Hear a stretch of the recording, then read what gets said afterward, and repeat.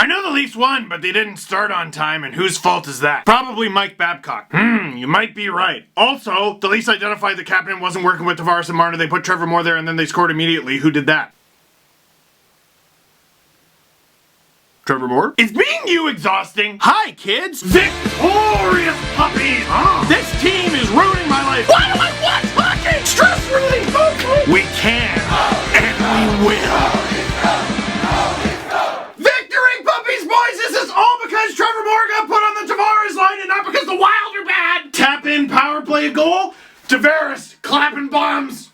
Come on! Leafs gotta keep winning. You need practice. Go play with your brother, buddy. You just gonna sit there all video? You can. Alright, let's switch it up. Leafs win! 4-2 over the Minnesota Wild! You're already fed up? A lot of debate heading into this game, some debate coming out of this game, but the Leafs come away with 2 points and they play against Washington tonight. Let's talk about it. The Toronto Maple Leafs are playing the Minnesota Wild on home ice, and the Minnesota Wild are noted bad. That's what you get the season after you fire a GM that can best be described as Peter Chiarelli, but faster, who they almost replaced with Peter Chiarelli because hockey. Now, if you listen to the podcast, you know about my thing with the Minnesota Wild. I don't like them. I'm not dumping on their fans, and I know that they're suffering right now, and they've been suffering for a long time, frankly. All I know is that in 2012, I was recently out of school, broke, and desperately looking for a job while trying to get into the hockey business. Meanwhile, there was a lockout just after the Minnesota Wild signed Zach Parise and Ryan Suter to $196 million worth of contracts, also known as just $4 million shy of 2 Connor McDavids. And then last year, the William Nylander saga was miserable, and the day he was signed, hooray, the Leafs lose to Minnesota. Getting shut out by Alex Stalock, who was cut by the Marlies just a few years ago. So forgive me if I got a little bit concerned when the Minnesota Wild went up 1-0 when, stop me if you've heard this before, the Leafs surrendered the first goal of the game! Getting people tweeting me like, well, it wasn't in the first 5 minutes, that's an improvement. Doesn't feel that way! Goal scored by 2016 first rounder Luke Cunnin, and I got to watch the American feed of this. I know the game was on TSN, but on Ice Surfing we were showing the American feed. Ooh, speaking of, look, I got more free stuff. You know what else is free? Ice Surfing! Streaming live on Sportsnet's Twitter account every Tuesday from 7 to 10 p.m. Eastern. Now, while watching the American feed, and I tweeted this out last night and it got a little bit of reaction, I was talking about, I don't know if it was De La Panta, is it Ryan De La Panta, and Wes Walls of the broadcast crew. On the first goal, they said the Toronto Maple Leafs have no interest in defending in their own end. And when I ended up tweeting about it, the Leafs were winning, so I was feeling myself a little bit more bold, bombastic. Think they might have had a point. Look at this. Right off the bat, there's already a couple things not to love about this play. The Leafs' fourth line is caught out there, but Austin Matthews is there for some reason. Must have been a broken line change. Also, there is an open man at the point. However, the Leafs outnumber the Wild 3-2 in front of the net, so they have that at very least. So you saw that? 3 guys in front, both defensemen and Austin Matthews. That's not a bad situation to be in. This is a second and a half later. What the? No, look. How do you go from this, okay, you see, to this nonsense? What the? Goals like that shouldn't even count towards Freddie's save percentage. Like, whoa, what's he supposed to do? How do you give a guy that much space to shoot and also forget about the screen? What do I always say? Leaf fans? You've been watching this for a while. Go ahead. That's right, talk! I don't think it's any one particular guy's fault out of those 3, but talk, and you're outnumbering them. Cunnin still probably gets the shot off, but at least Freddie can see it. And just like that, the Leafs are down 1-0 on home ice, and you actually hear the air leave Scotiabank Arena, and it sounds like that. It sounds like a fart. And the Leafs, despite being on home ice, despite being against a team that isn't that good, man, they're losing. But it's okay. They have these 2 ridiculous, you gotta see them, these ridiculous X-Factor lines.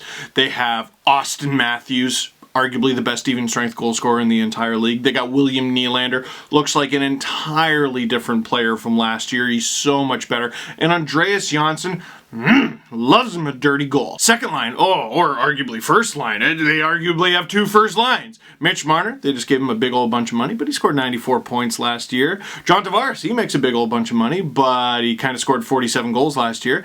And Kasperi Kapanen, another guy with a little bit of snarl, arguably the fastest guy you've ever seen, and he scored 20 goals last season. What's not to love? And the answer to that is the fact that the line stinks! Steve, didn't you say give them a chance? Yes, I did, and I got bored, okay? I got bored. And by the end of the first period, you gotta give credit where credit's due. I thought Kapanen on that line was worth the shot. I beat that drum in the summer, but It didn't work. It has not worked. To Mike Babcock's credit, he went, all right, enough, and he put Trevor Moore out there instead, and then Kapanen was with Mikheyev and Kerfoot, which is a fast-as-hell third line. Early on in the second period, that line is out on the ice. The puck is ringing around the boards. Here's Trevor Moore. He's going to get it. Oh, no, he let it go. Jonathan! John Tavares clapping bombs like a captain. I almost wrecked the wall, and it is a tie game, sir. And I don't really think that's brilliant coaching. I feel like Kasperi Kapanen's watching from the bench like, really? A bar down slap shot? Thanks, John. But Trevor Moore just let the puck pass on by, and John Tavares got that. That seems to me like communication, or at very least, preparation, which is communication on the bench. Dude, I was willing to be patient with the Kapanen experiment on that line because I thought it would work in the summer. I really did. He seems like he has the skill set. I've been watching it not work. 7 games, really 6 games, and most of a period is not a huge sample size. What made me start losing faith in that line is their body language and how they looked. I was concerned that they were getting caved in by opposition that they shouldn't be getting caved in by. I was concerned by the fact that, like, John Tavares of all people wasn't getting shots. But I thought it would come together. When they lost me is when they started to look frustrated. It is way too early in the season to be getting frustrated like that, and if that goes on for a dozen games, it could define your season. But there's 70 games left. What, are you new to this league? You don't remember 07 and fun? You nipped that in the bud! And maybe it's like when you pull your goalie midway through the second just to wake your team up. That's what they did with this line. To be fair, Trevor Moore has earned this opportunity. How good does that deal look, by the way? He's playing with Tavares and Marner. And I still love Kapanen, and I'm still really excited at the prospect of a Kapanen, Kerfoot, Mikheyev line. I'll say this. I think Kapanen is a higher-end talent than Trevor Moore. I think he's faster, even though Trevor Moore is very fast. I think he's nasty, and I know he can score goals because we saw him do it last year. He scores in bunches too. He's also a really good penalty killer and an X factor on that penalty kill. Dude, it's a breakaway a penalty kill. But I think he was looking more frustrated than anyone, and I don't know if this is fair to say. I think Trevor Moore is probably, right now, a more versatile player. He's got that speed, a little bit of snarl, he's stick lift wizard, and he's got that big hockey butt. Can be used for fending off defenders, have the puck go off it and into the net, fart at the face-off circle, get yourself a little bit of room. And I think when Hyman comes back, he probably gets pushed down the lineup, maybe even plays on the 4th line, and then becomes one of the best 4th liners in the league. Listen, it's a good position to be in. The Leafs have weapons and the Leafs have options. It's way better to have a line that doesn't work and be able to change it just on a whim because you have so many guys than to just be like, uh-oh, we're boned. Instead of a guy who they actually developed and earned an NHL spot and looked NHL ready. Years ago, it used to be, all right, let's throw in some random AHL journeyman. Anyway, back to the game. Not long after, Leafs on the power play. Andreas Johnsson with the puck. Little spin move backhand to Marner, who scored!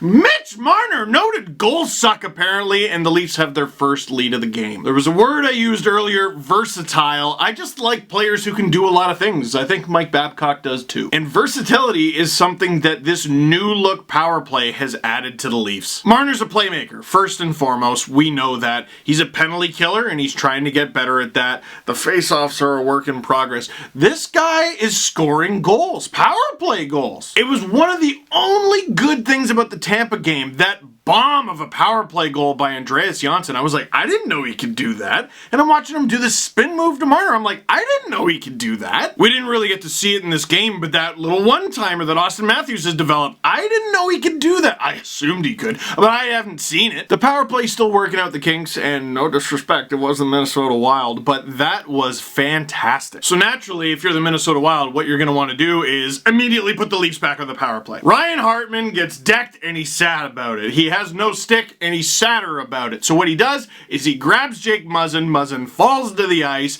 and with the Minnesota Wild about to go on a breakaway, Hartman throws just a mad fit because he got a penalty and ruined it. Now, after the game, he said this. From Michael Russo, who wrote that legendary thing on Paul Fenton this summer. Hartman accused Muzzin of diving. It was embarrassing on his part. He knows what happened. Bruce Boudreau didn't let Hartman off the hook for grabbing Muzzin. There was no need for it. We had a breakaway completely all the way in. Perhaps a 2-2 game if Donato scores.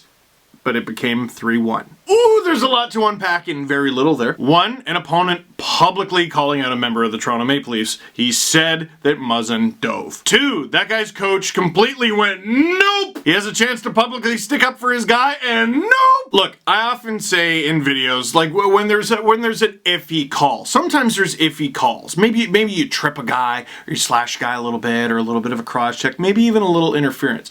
Generally speaking, if it's away from the play, refs will tend to let it go. But if you do something, even a little infraction that they would usually let go, but it affects possession of the puck, you're done. Even more so, whenever a Leaf loses their stick and the puck is in their zone, the first thing I'm looking for is, oh, no, don't take a penalty. Because they gotta defend the only way they can, like with their feet and with their hands, and somehow not take a penalty. If you're an NHL official, how aren't you just staring at Ryan Hartman? You see him get up, you see the red mist set in, you see he doesn't have a stick, and then he shoves a guy. And I'm sitting here like, what happened to Ryan Hartman? That guy was a first-round pick. He was traded for a first-round pick like 3 years ago. And I was looking through his year-in, year-out stats. Man, that guy takes way too many penalties. 70 plus penalty minutes in each of his last 3 seasons, and in each of his last 3 seasons, he's only had 2 fights. That's 10 penalty minutes. You can't be taking like 30 minor penalties in 2019, man. You can play with an edge and still stay out of the box. Dude, last year Nazem Kadri had 43. Also, what do you think? Jake Muzzin just gave up a breakaway in the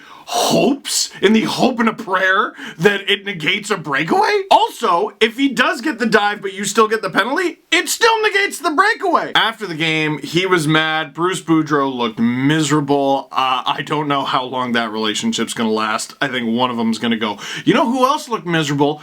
Bill Guerin. Not what you want. Leafs, of course, score on the ensuing power play. It looked like John Tavares at first, but it was Andreas Johnsson yet again, that little versatile player. They review it. It counts! And I had people tweet me, wait, how come they reviewed that and got it wrong, but it wasn't a penalty? Well, because they want to get it right. Well, what about offside calls? Well, we want to get those right too. So why is there a penalty if you get it wrong? Well, we can't be slowing down the game. So there's a penalty for it, which decreases the likelihood that you're going to get the call right. That's right. Do you do anything that doesn't sound stupid once it's said out loud? Nope!